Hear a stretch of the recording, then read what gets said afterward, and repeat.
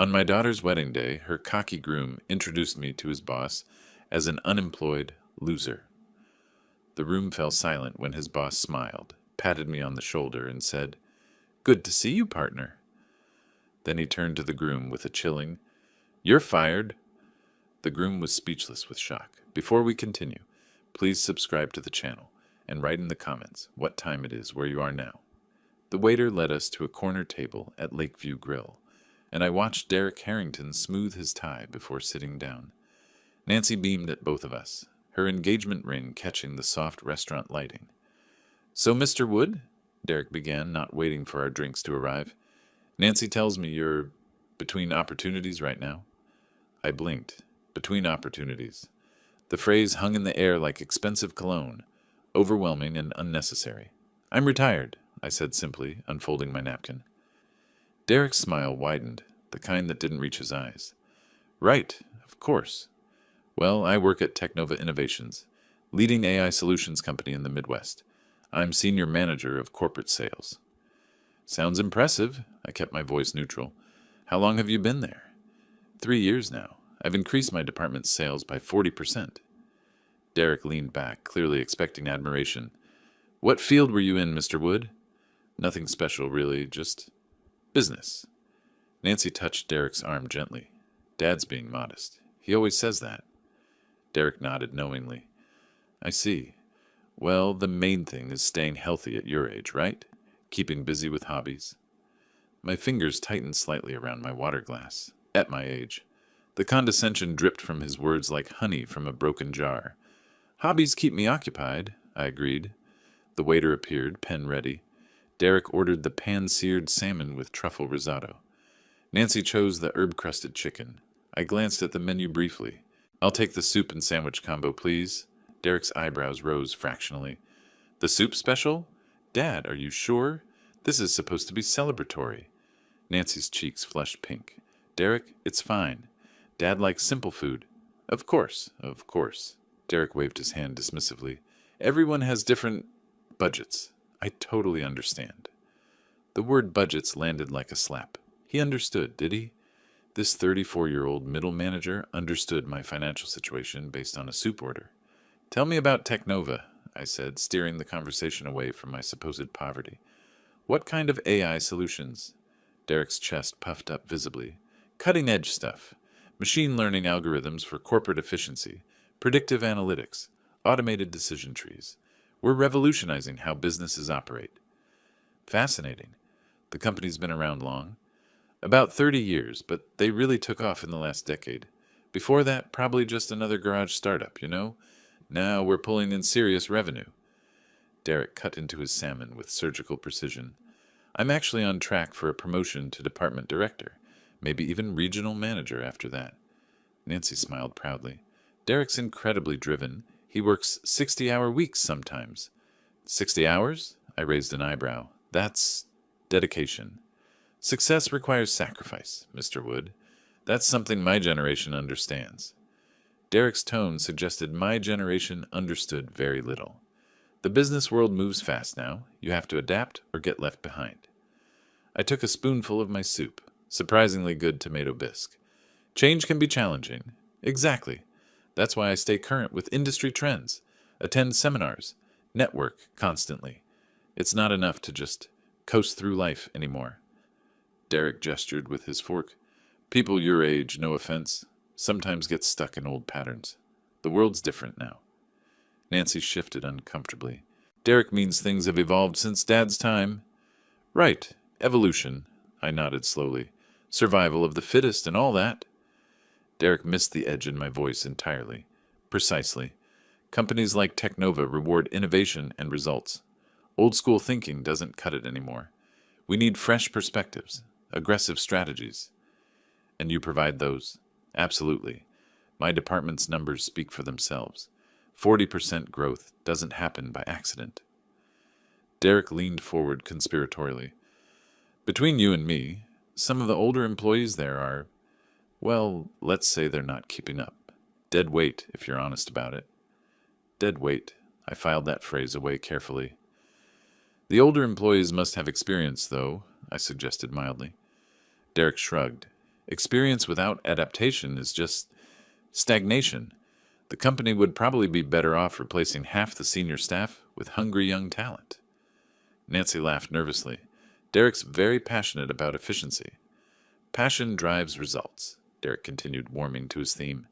That's what separates winners from... He glanced at my soup bowl. Well, from people who settle for less. The insult hung between us like smoke. People who settle for less. People like me, apparently. The unemployed old man ordering soup while his daughter's successful fiancé enjoyed truffle risotto. I set down my spoon deliberately.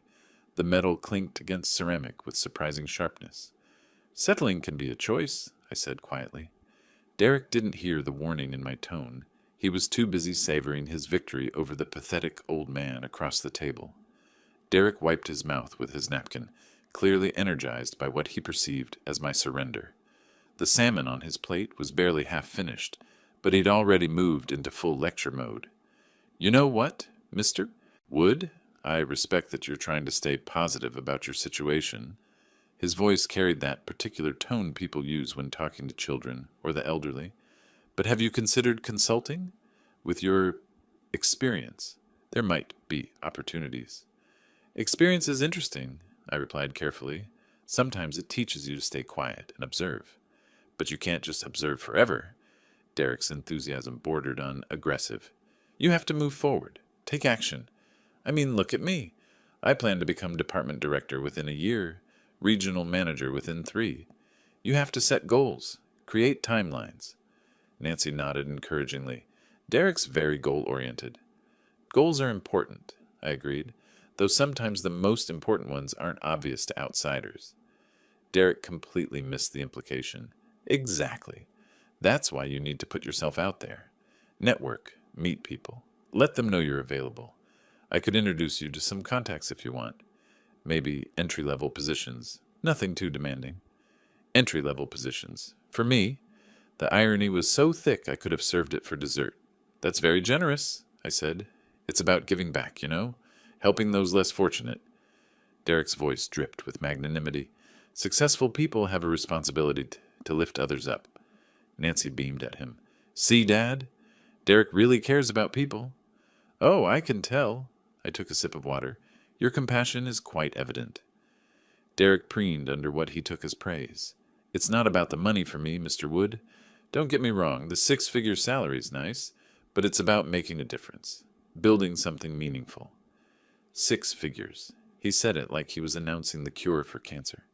Building something meaningful, I repeated, like Technova itself was built? Well, sure, but that was different.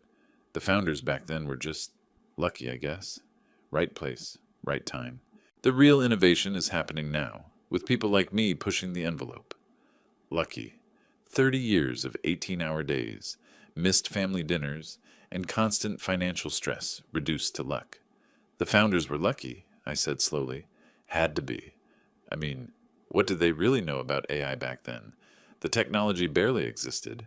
They probably just stumbled into success. Derek laughed, the sound grating against my ears.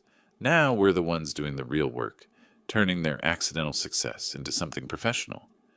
Nancy sensed the tension building but misread its source. Dad, Derek just wants to help. He knows the job market is tough for people starting over. Starting over.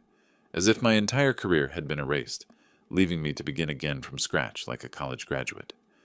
Starting over can be liberating, I said, my voice carefully controlled.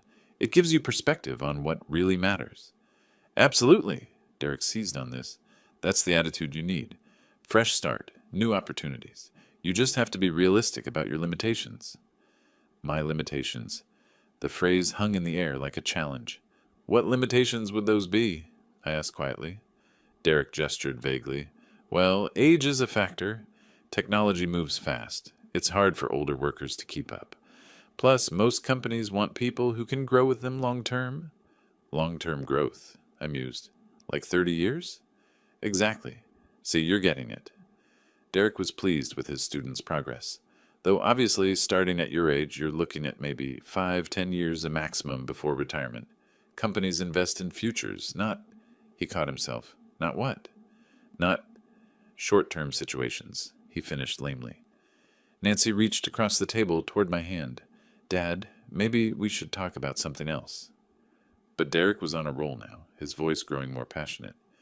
The thing is, Mr. Wood, the business world rewards drive and ambition. It's not enough to just show up anymore. You need vision, innovation, the ability to disrupt existing paradigms. Disrupt paradigms, I echoed. Right, like what I'm doing at Technova. The old guard there, they're stuck in outdated methodologies. They think because they've been around since the beginning, they know everything. But markets evolve, customer needs change. Sometimes you have to tear down the old systems to build something better. Tear down the old systems, built by lucky founders who stumbled into success. I placed my napkin on the table with deliberate precision. The gesture was quiet, but something in it made Derek pause mid-sentence. Excuse me, I said, standing up. I think I need some air. Dad? Nancy's voice carried genuine concern. Are you okay? Just tired, I replied, pulling out my wallet. I placed $40 on the table, enough to cover my soup and sandwich, plus tip. This should handle my portion. Derek's eyes widened slightly at the cash. Mr. Wood, you don't have to. I insist. I straightened my jacket.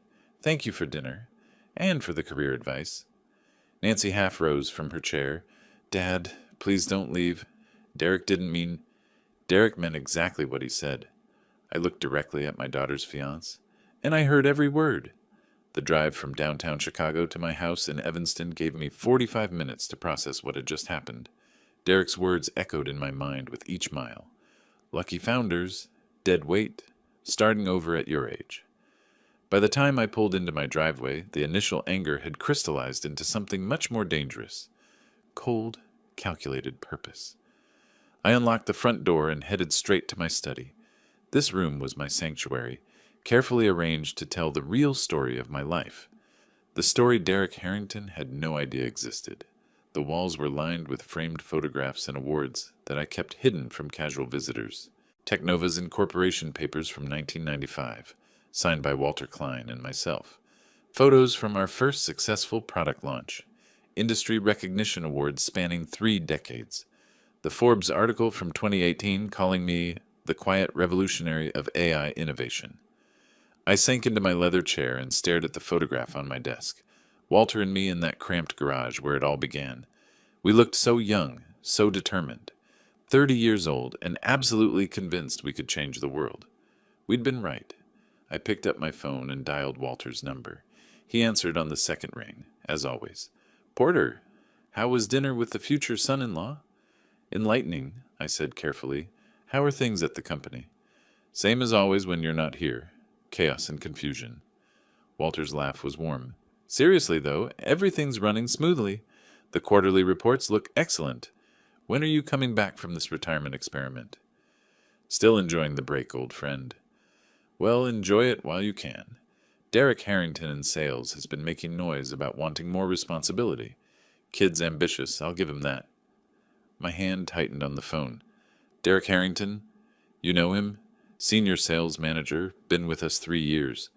Actually has some decent ideas, but he's got that hungry look that makes me nervous. Keeps talking about modernizing our approach and disrupting outdated paradigms. Disrupting outdated paradigms. The same phrase he'd used an hour ago. What kind of disruption? I asked. Oh, the usual young hotshot stuff. Thinks the company would be more efficient without so much legacy thinking. Wants to restructure departments, bring in fresh talent. Yesterday he suggested we might be carrying too much senior dead weight. Senior dead weight, there it was again. Interesting perspective, I managed. Between you and me, Porter, I think he sees himself running this place someday. Can't decide if that's admirable ambition or dangerous arrogance. I stared at the photograph of our garage startup days. Maybe both. Probably. Anyway, his sales numbers are solid, so I can't complain too much. The board loves him. Walter paused. You sure you don't want to come back? I miss having someone around who remembers why we started this company. I remember perfectly, I said quietly. That's exactly why I'm staying away a little longer. After hanging up, I opened my laptop and pulled up Technova's latest financial statements. 30 years of growth, innovation, and careful stewardship. Annual revenue now approaching $200 million. Over 800 employees across 4 states. all of it dismissed by Derek Harrington as lucky stumbling. I leaned back in my chair and smiled for the first time all evening. Derek wanted to disrupt paradigms. He wanted to eliminate dead weight. Perfect. I'd give him exactly what he was asking for. The wedding was scheduled for June 15th. 4 months to let Derek continue believing he'd correctly assessed my worth. 4 months to watch him display his true character to Nancy, to the family, to everyone who mattered. 4 months to plan the most educational experience of his arrogant young life. I pulled out a legal pad and began making notes. Derek's comments about the founders, his dismissal of experienced employees, his condescending advice about entry-level positions. Every insult, every assumption, every moment of casual cruelty needed to be remembered and addressed. The man wanted to tear down old systems and build something better? Excellent. I'd let him try. I picked up the garage photograph again, studying Walter's younger face beside mine. We'd built Technova with our bare hands, sacrificing everything for a vision that seemed impossible to everyone else. We'd earned every success, survived every failure, and created something that outlasted the predictions of every expert who'd written us off. Derek Harrington thought experience without adaptation was stagnation. Soon he'd learn what 3 decades of adaptation looked like when it was directed at a very specific target. I closed the laptop and headed upstairs, already planning tomorrow's activities. I had a persona to maintain, a deception to perfect, and a lesson to prepare. Derek wanted to see what happened when successful people helped those less fortunate. He was about to find out. 2 weeks had passed since that illuminating dinner. I'd spent the time exactly as Derek would expect, reading newspapers on my front porch, tending my small garden, playing the role of the aimless retiree perfectly.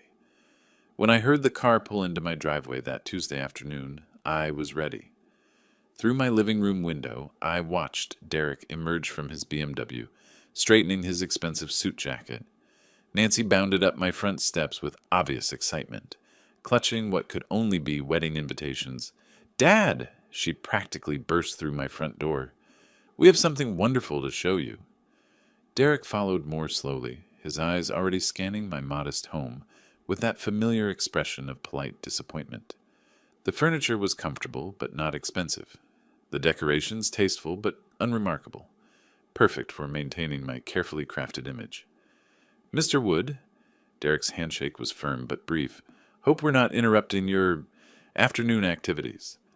Afternoon activities. As if I spent my days watching television and napping. "Not at all," I replied cheerfully. "What brings you both here?"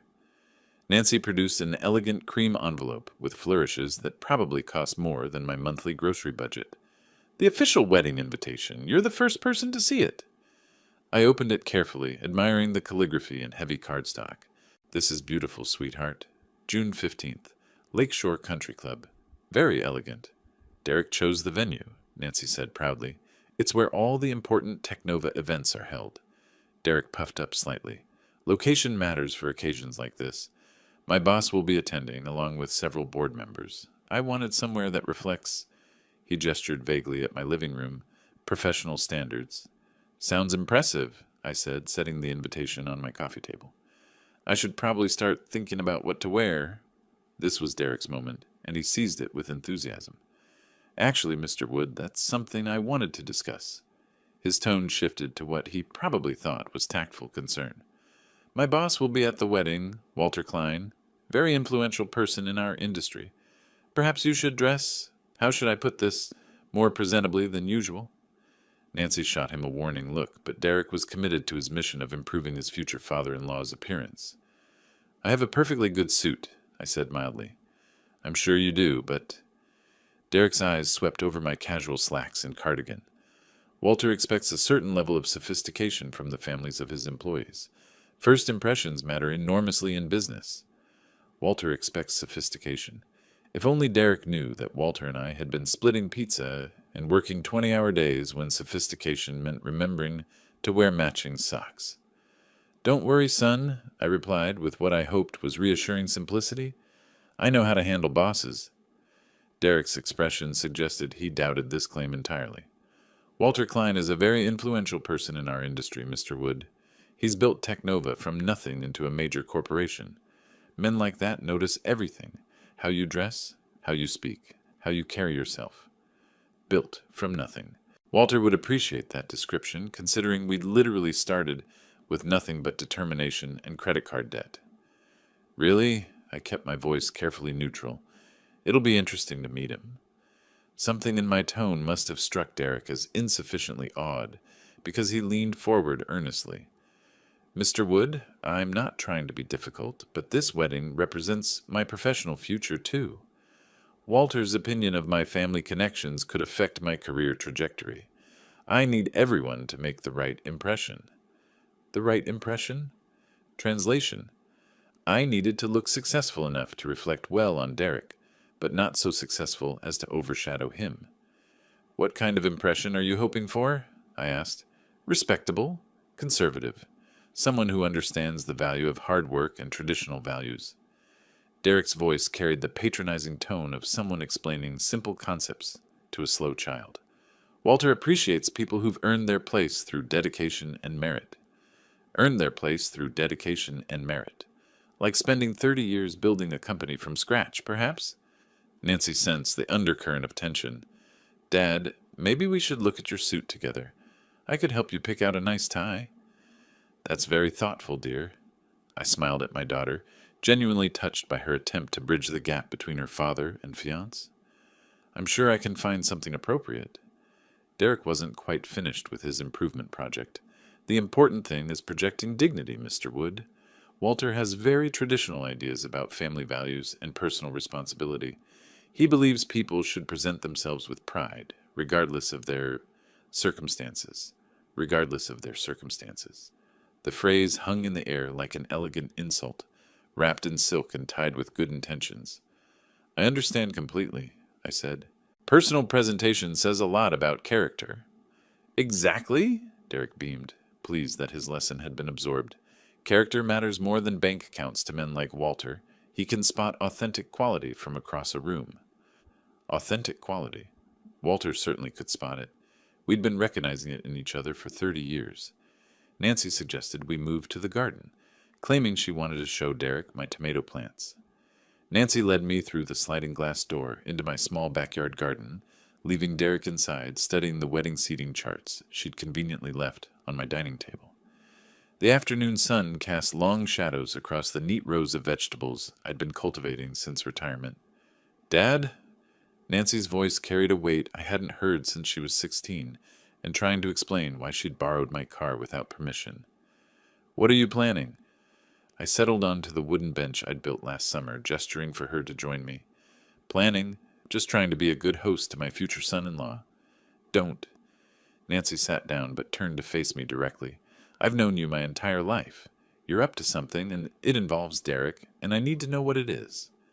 Through the glass door, I could see Derek hunched over the seating charts, probably calculating the optimal positioning relative to Walter's table. The irony was almost too perfect. Sweetheart, sometimes people need time to show their true nature. What does that mean? Nancy's voice sharpened with frustration. Why won't you tell Derek the truth about Technova? Why are you letting him think you're some unemployed old man who needs career advice? There it was. My daughter was far more perceptive than Derek gave her credit for. You know about Technova? I asked carefully. I've always known, Dad. Maybe not the details, but I knew you didn't just work there. You helped create it. Those photographs in your study, the awards you think I don't notice, the way Walter talks about you when he calls. Nancy's eyes were bright with unshed tears. Why are you lying to the man I'm going to marry? I reached over and took her hand. Her engagement ring caught the sunlight, throwing tiny rainbows across the garden dirt. I'm not lying, Nancy. I'm just not volunteering information. That's the same thing, is it? I squeezed her fingers gently. Has Derek asked about my background? Really asked? With genuine curiosity about who I am as a person? Nancy opened her mouth to argue, then closed it. We both knew Derek had made assumptions based on my appearance and current lifestyle, never bothering to dig deeper. But this isn't fair. Nancy's voice cracked slightly. He doesn't know he's being tested. Life isn't fair, sweetheart. People judge each other every day based on surface impressions.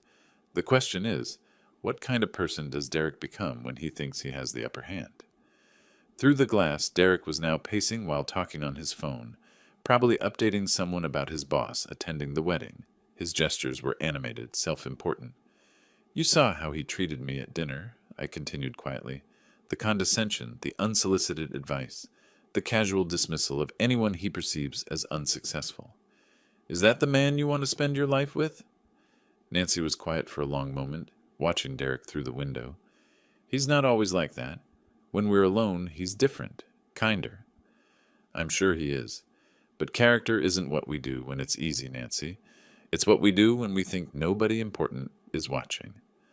So you're preparing some kind of lesson for him? Nancy's voice mixed concern with reluctant curiosity. What happens at the wedding when he finds out? I smiled, feeling the familiar satisfaction of a well-laid plan.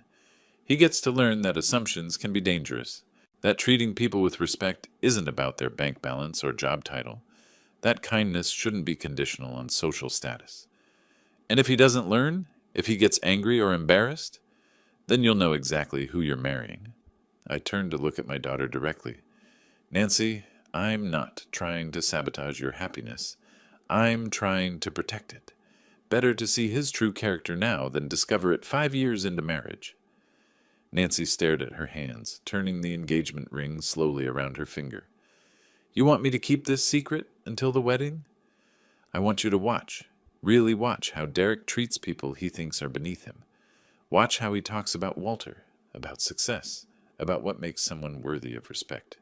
I paused, and then decide for yourself what kind of life you want. What if I decide Derek is exactly who I thought he was? Then I'll dance at your wedding and welcome him to the family with genuine joy. I meant every word. But Nancy, make sure you're seeing him clearly, not just seeing what you hope is there. Nancy stood up, brushing dirt from her jeans. Through the glass, Derek was ending his phone call, looking around for us with mild impatience. He's going to hate you when he finds out, she said quietly. Probably. The question is, will he hate himself for how he's treated me? Nancy looked at me for a long moment, wrestling with loyalties and uncertainties. Finally, she nodded slowly. Okay, Dad, I'll keep your secret. But promise me you're not doing this just for revenge. I promise you, sweetheart. Everything I'm doing is because I love you. Derek appeared at the sliding door, tapping his watch. Nancy, we should probably head out soon. I have a conference call with the West Coast team in an hour. Coming, Nancy called back, then looked at me one more time. Just be gentle with him, okay? Whatever you're planning.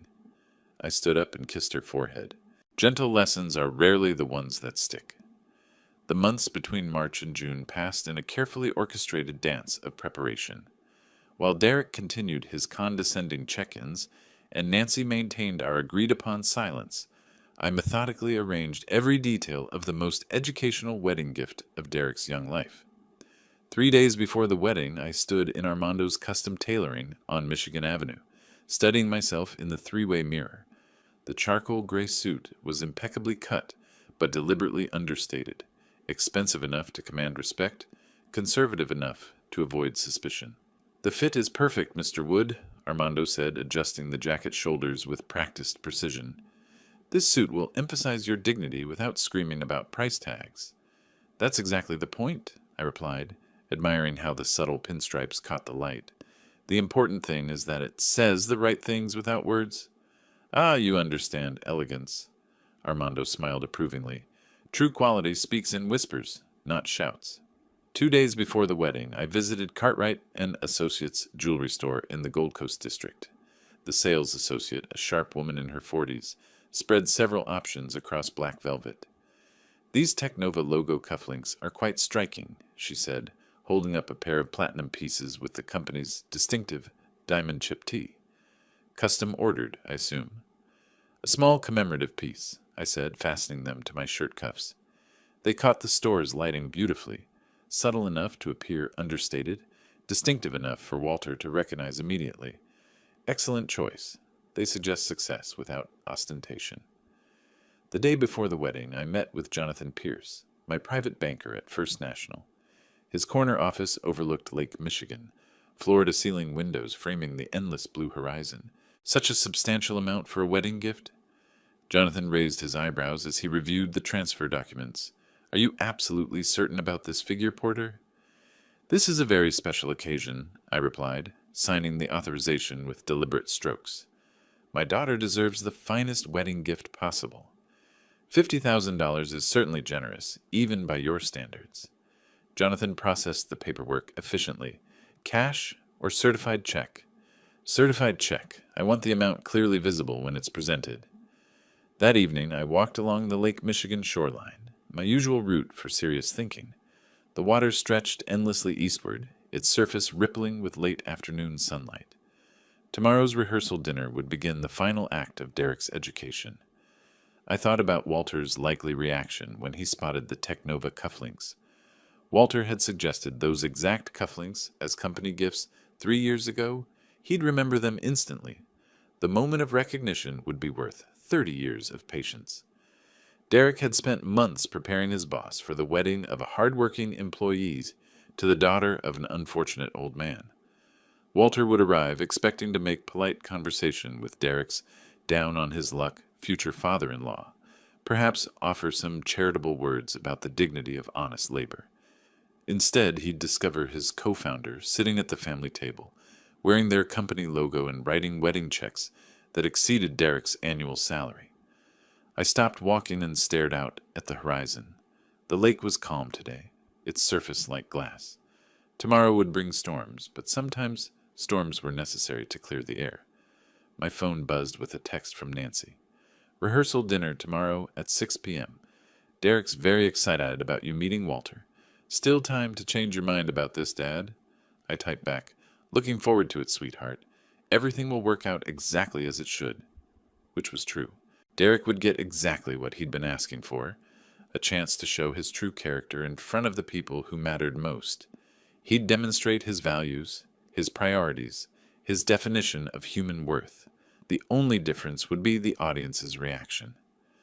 I turned and headed back toward my car, feeling the satisfaction of a plan approaching perfect execution. Tomorrow night, Derek would discover that assumptions could be expensive. By Sunday, he'd learn that respect shouldn't be conditional on perceived social status. The gentle waves lapped against the shore behind me, steady and inexorable as time itself. The Drake Hotel's marble lobby gleamed under crystal chandeliers as I walked through the revolving doors, my reflection multiplying in polished surfaces.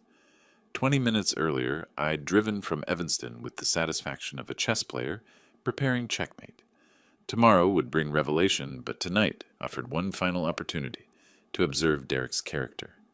The rehearsal was set in the hotel's small chapel, an intimate space with mahogany pews and stained glass windows overlooking Michigan Avenue. Nancy stood near the altar in her rehearsal dress, radiant despite the tension I could read in her shoulders. She caught my eye and offered a nervous smile, the look of someone keeping a significant secret. Derek emerged from a cluster of his Technova colleagues, straightening his tie with the self-important gesture I'd grown to recognize. His voice carried across the chapel as he spotted me. "Everyone, I'd like you to meet Nancy's father." Derek's tone held that familiar condescension, amplified by the presence of his professional audience. "This is Porter Wood, a retiree, lives modestly in Evanston." Lives modestly. The phrase hung in the air like expensive incense, meant to establish social hierarchy for his colleagues' benefit. "Pleasure to meet you, Mr. Wood," said a woman in an expensive blazer. "Derek's told us you're enjoying retirement." "Very much so," I replied, shaking her hand, "though retirement can be educational." Derek's colleagues nodded politely, their interest already waning. In their world, retirees were background noise, pleasant enough, but irrelevant to serious conversation. "Dad has simple tastes," Derek continued, his voice carrying just enough volume for nearby guests to overhear. "Nothing wrong with that, of course. Different generations, different expectations." Different expectations. I felt my jaw tighten slightly, the first crack in my carefully maintained composure. "Derek," I said quietly, "be careful with judgments. Tomorrow might bring surprises." He laughed, the sound carrying more confidence than wisdom. "Mr. Wood, you don't need to lecture me about people. I read character professionally. It's essential in sales." "We'll see." The two words dropped between us like stones into still water. Something in my tone made Derek pause, but his colleagues were watching, and backing down would damage his carefully constructed image. What I mean is, Derek pressed on, success leaves clear indicators. How someone dresses, where they live, what they drive. These things reveal priorities and capabilities. Interesting theory. It's not theory, it's observation. Take Walter Klein, my boss, arriving tomorrow. You can spot his quality from across a room. That's earned respect, not accident. Earned respect. Walter would find that description amusing, considering we'd earned our respect together, sleeping on office floors and living on pizza for 3 years. Nancy moved closer, sensing danger. Maybe we should focus on tomorrow's ceremony? But Derek was warming to his theme, emboldened by his audience. The point is, Mr. Wood, that character shows in choices. Walter chose excellence at every step. Others, he gestured vaguely in my direction, others choose comfort over achievement. Comfort over achievement. The insult was precise, surgical, designed to wound without seeming overtly cruel. You're very confident in your assessments, I said, my voice carrying the first edge of steel. Confidence comes from accuracy. I've never misjudged someone's capabilities. Derek's smile suggested he'd just won an important point. Never? Not once. People reveal themselves quickly if you know what to look for. I stood up slowly, feeling the weight of 4 months' patience crystallizing into cold purpose. The chapel fell quiet, conversations pausing as guests sensed approaching conflict. Derek, you're absolutely right about one thing, I said, buttoning my jacket with deliberate care. Character does show in choices. Exactly my point. Tomorrow you'll have several opportunities to demonstrate yours.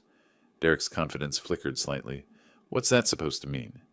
It means, I said, walking toward the chapel exit, that assumptions can be expensive, especially when they're made in front of people who matter. Mr. Wood, I don't appreciate... Good night, Derek. I paused at the chapel door, looking back at the assembled guests. Enjoy your rehearsal. Tomorrow promises to be memorable. Nancy started after me. Dad, wait. See you tomorrow, sweetheart. Everything will be exactly as it should be. I walked through the hotel lobby with measured steps, past the doorman's respectful nod, into the cool Chicago evening. Behind me, I could hear Derek's voice resuming its confident pitch, probably explaining my departure to his colleagues, as evidence of an old man's fragile ego. Let him talk. Tomorrow morning, those same colleagues would witness the most educational experience of Derek Harrington's professional life. My car was waiting in the hotel's circular drive. As I settled behind the wheel, I caught a glimpse of the chapel through the hotel's windows. Derek gesturing animatedly, Nancy watching the door where I'd disappeared, the wedding party resuming their positions. Tomorrow would bring justice. Tonight brought the sweet anticipation of a plan, reaching perfect fruition. The drive from downtown Chicago to Evanston gave me 30 minutes to transform the sharp anger of confrontation into the calm determination of justice. By the time I pulled into my driveway, Derek's latest insults had crystallized into final confirmation that tomorrow's lesson was not just justified, it was necessary.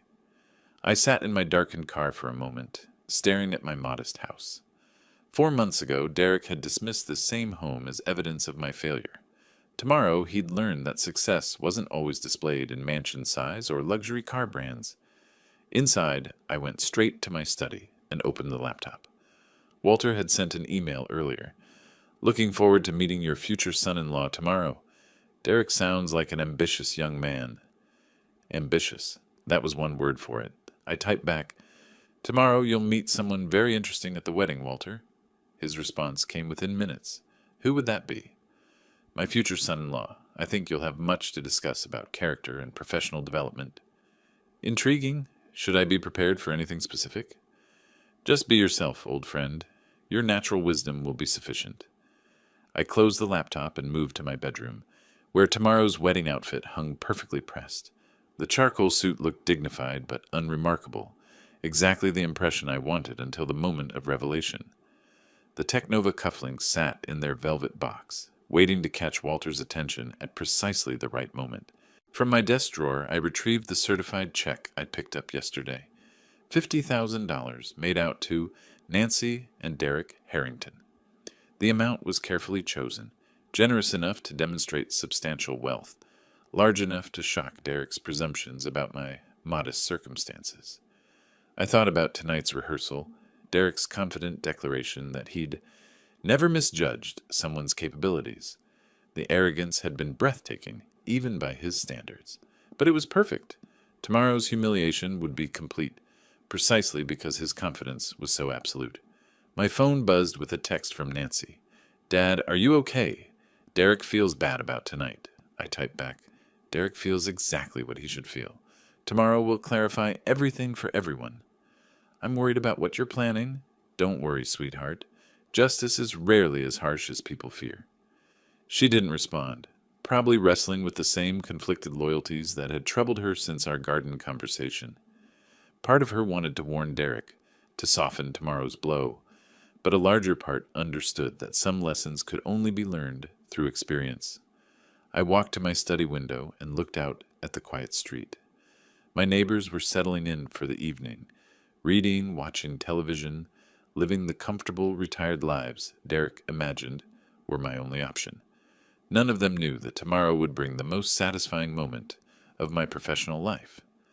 Walter's confusion had been perfect. He genuinely had no idea what awaited him at the wedding.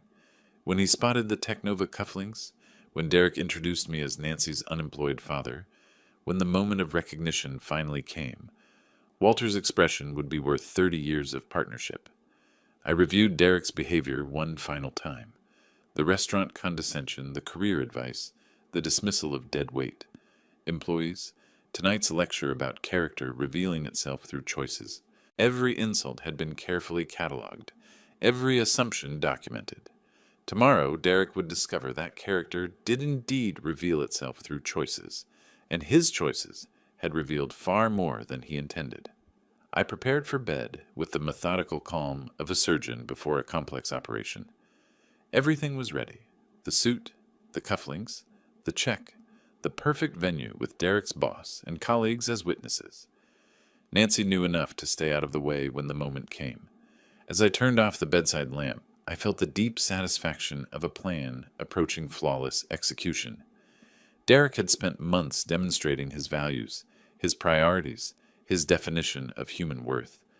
Tomorrow, he'd learn that assumptions about success could be extremely costly, especially when those assumptions were made in front of the people who actually controlled his professional future. Sleep came easily, filled with dreams of justice finally served. The morning of June 15th dawned crisp and clear, Chicago's skyline gleaming under perfect wedding weather. I dressed with the careful attention of an actor preparing for his most important performance, fastening the Technova cufflinks with particular satisfaction. Today, these small platinum symbols would speak louder than any words. The Drake Hotel buzzed with wedding activity when I arrived at noon. Nancy was upstairs in the bridal suite, probably managing her nervous energy with final dress adjustments. I made my way to the small chapel where guests were beginning to gather. Walter stood near the front, distinguished in his navy suit, scanning the assembled crowd with the curious interest of someone meeting his employee's new family. He spotted me across the chapel and nodded politely, a stranger acknowledging another stranger at a mutual acquaintance's wedding. Derek emerged from a side room, resplendent in his formal wear, his confidence radiating like expensive cologne. He was scanning the crowd too, probably ensuring Walter had the best possible view of the ceremony. When his eyes met mine, I saw a flicker of uncertainty, last night's confrontation still echoing. "Mr. Wood?" Derek approached with forced joviality. "Glad you decided to come after our discussion last night." "Wouldn't miss it for the world," I replied.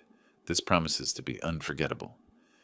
Derek's smile tightened slightly, but he was too focused on today's performance to dwell on cryptic warnings. His colleagues from Technova had claimed seats in the third row, perfect witnesses for whatever was about to unfold. The processional music began, and I took my position near the chapel entrance. Nancy appeared at the top of the aisle, radiant in her grandmother's restored wedding dress, her face glowing with nervous joy. She tucked her arm through mine, and for a moment The elaborate revenge plot faded into simple paternal pride.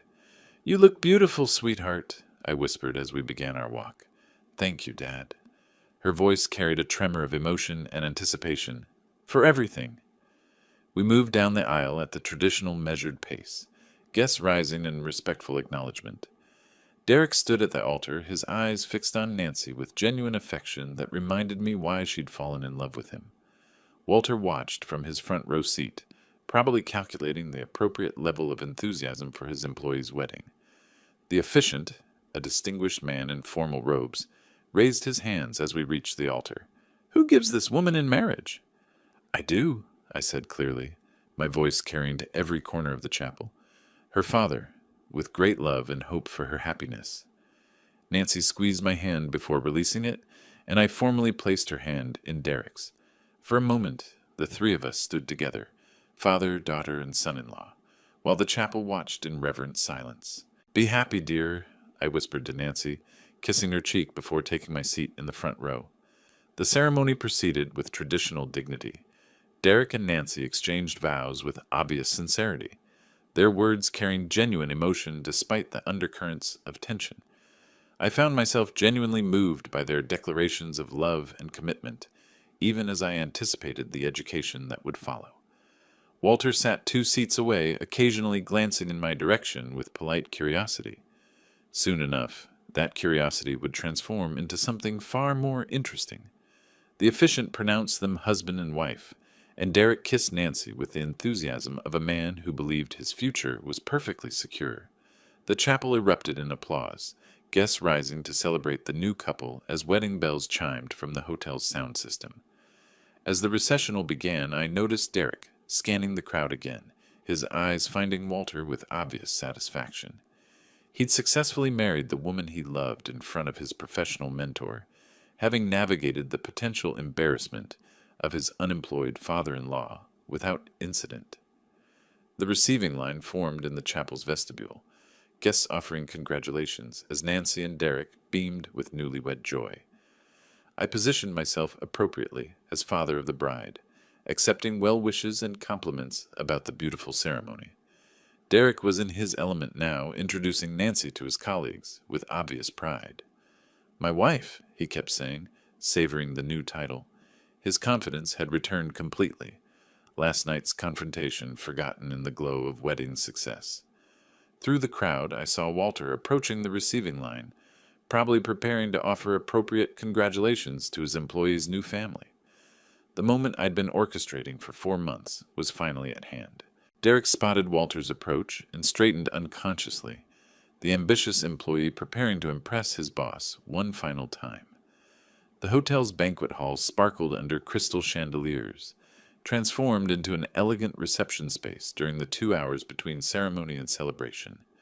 Guests mingled with champagne glasses, their conversations mixing with soft jazz from the hotel's string quartet. I positioned myself near the bar, watching Derek work the room with practiced enthusiasm.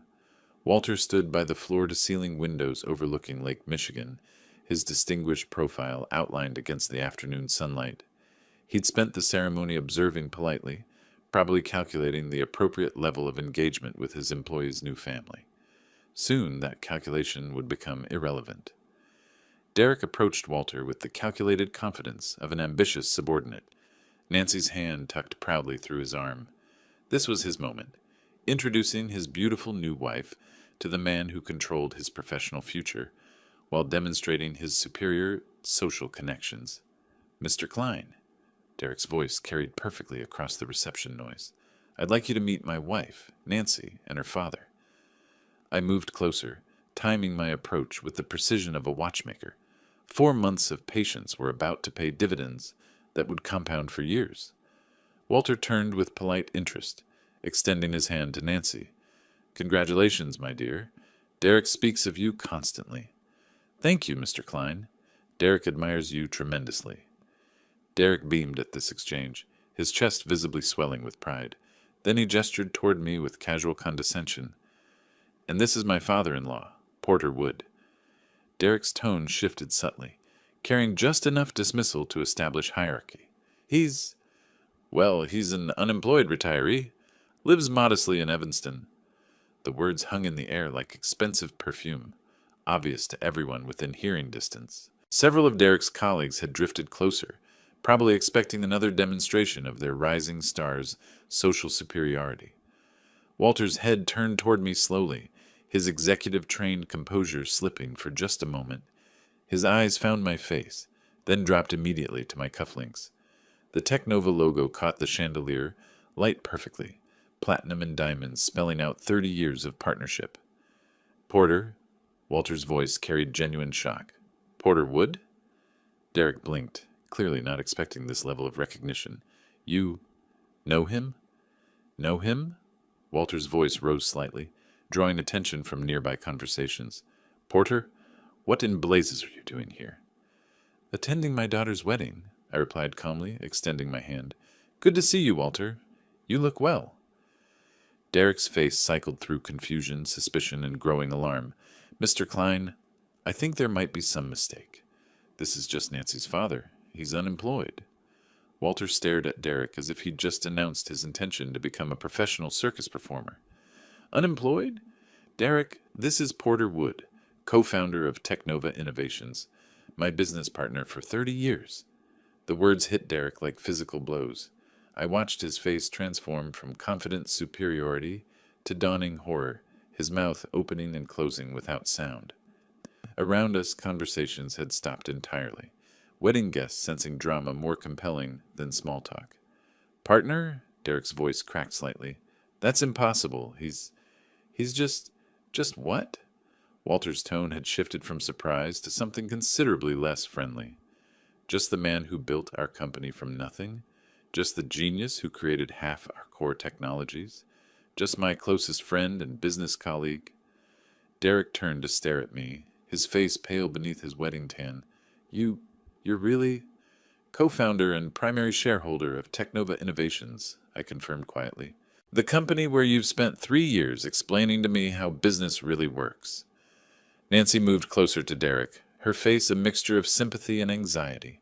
She'd known this moment was coming, but couldn't have prepared for the public devastation written across her new husband's features.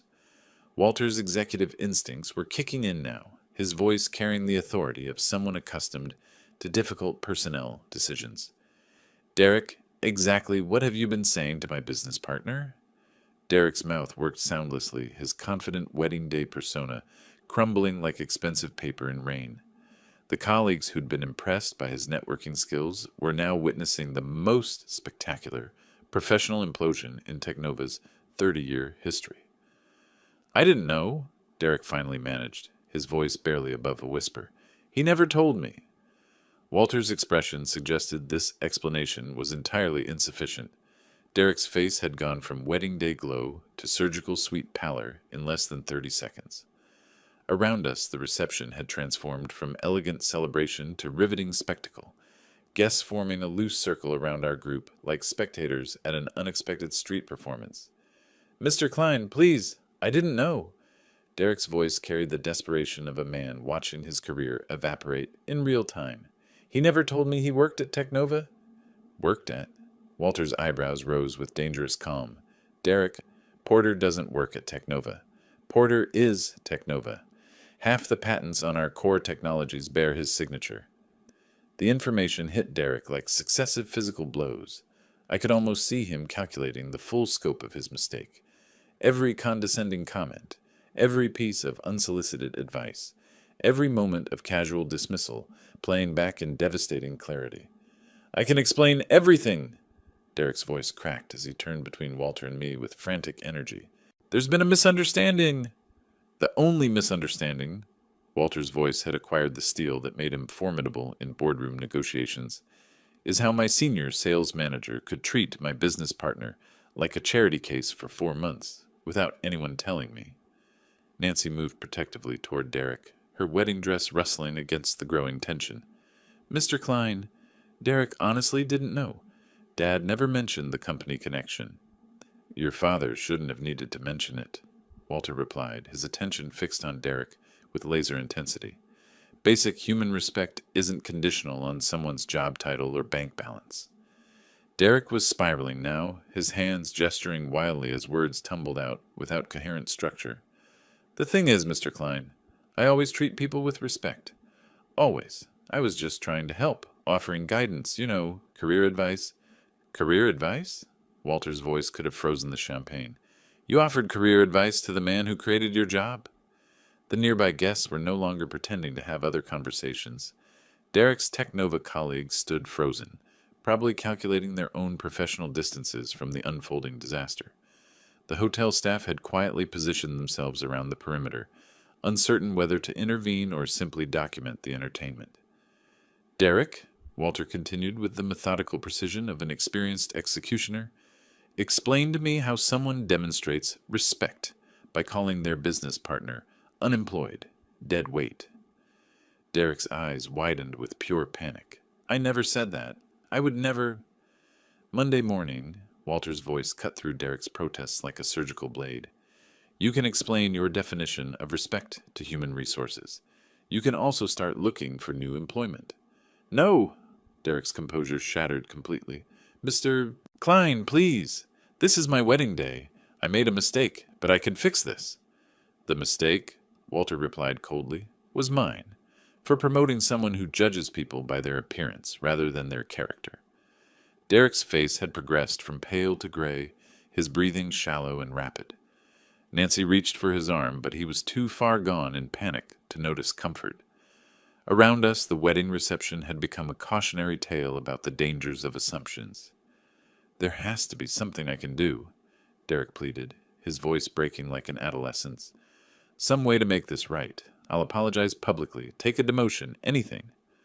Walter looked at Derek with the expression of someone discovering mold in expensive wine. You'll apologize to Porter, certainly. Whether that changes anything remains to be seen. Derek's head snapped toward me with desperate hope, his eyes wide with the kind of panic reserved for people watching everything they'd worked for disappear simultaneously. The confident young executive who'd lectured me about business success had been replaced by someone who looked like he might collapse at any moment. Mr. Wood, Porter, please. Derek's voice trembled with genuine terror. I know I made mistakes, but I can learn. I can change. Please don't let him destroy my career. The moment hung between us like a sword, sharp and gleaming and ready to fall. Derek stood before me with his entire future balanced on the edge of my next words, his face a study in absolute desperation. Nancy watched with tears threatening her wedding makeup, torn between the two men she loved most. Walter waited with the patient intensity of someone prepared to execute a professional death sentence. The wedding guests formed a silent amphitheater around us, their champagne glasses forgotten as they witnessed a moment that would be discussed at Chicago social events for years to come. Walter, I said quietly, my voice carrying clearly in the hushed banquet hall. Wait. Walter's eyebrows rose slightly, but he remained silent, deferring to his partner's judgment as he had for 3 decades. I looked at Derek, seeing not the arrogant young man who'd condescended to me for months, but someone who'd just learned the most expensive lesson of his professional life. His hands trembled slightly as he waited for my verdict. Derek, I said, keeping my voice gentle but firm, look at me. He raised his eyes, and I saw genuine remorse there. Not just fear for his career, but actual understanding of what he'd done wrong. I accept your apology, I continued, watching relief flood his features, but I have one condition for my forgiveness. Anything, Derek whispered. Absolutely anything. Never again judge someone's worth by the size of their paycheck or the label on their clothes. I paused, letting the words sink in. Character isn't measured in dollar signs, and respect shouldn't depend on bank statements. Derek nodded vigorously, tears of relief and genuine remorse mixing in his eyes. I understand. I promise. I've learned my lesson. I turned to Walter, who was watching our exchange with the careful attention of someone evaluating a critical business decision. Walter, Derek made assumptions based on incomplete information. We've all done that at various points in our careers. Walter's expression softened slightly, though his executive instincts remained engaged. Are you asking me to overlook 4 months of disrespect toward my business partner? I'm asking you to consider that sometimes the best lessons come from mercy rather than punishment. I placed my hand on Derek's shoulder. Derek has a good track record at the company. His sales numbers speak for themselves. Perhaps this experience will make him a better manager, not just a more careful one. Derek looked between Walter and me with the expression of someone watching his entire future being negotiated by forces beyond his control. Nancy stepped closer, her hand finding Derek's arm in a gesture of support and solidarity. Walter studied Derek for a long moment, his businessman's instincts warring with his respect for his partner's judgment. Finally, he nodded slowly. Derek. Walter's voice carried formal authority, but had lost its sharp edge. You'll keep your position, but you're on probation for 6 months. Any hint of the attitudes Porter described, and you're gone. Understood? Completely, Derek managed, his voice thick with gratitude and exhaustion. Thank you, Mr. Klein. Thank you both. I extended my hand to Derek, and he shook it with the grip of someone sealing a sacred covenant. Welcome to the family, son, I said quietly. Try to remember that everyone deserves respect until they prove otherwise. I will, Derek promised. I absolutely will. Nancy stepped forward and embraced both of us simultaneously, her joy evident despite the traumatic revelation. Around us, the wedding guests began to relax, conversations resuming as the drama resolved into something resembling family harmony. Walter clapped me on the shoulder, his familiar grin returning. 30 years, and you can still surprise me, partner. Retirement keeps life interesting, I replied. The string quartet, sensing the crisis had passed, resumed their gentle melodies. Champagne glasses were raised again, conversations returned to normal wedding topics, and Derek learned that sometimes the most important lessons come wrapped in unexpected packages. As the reception continued around us, I watched Derek interact with other guests, noting the subtle changes in his demeanor. The edge of superiority had been replaced by something that looked remarkably like humility. Sometimes justice served with wisdom tasted sweeter than revenge. If you like this story, please like this video, subscribe to the channel, and share your impressions of this story in the comments. To listen to the next story, click on the box on the left. Thank you for watching.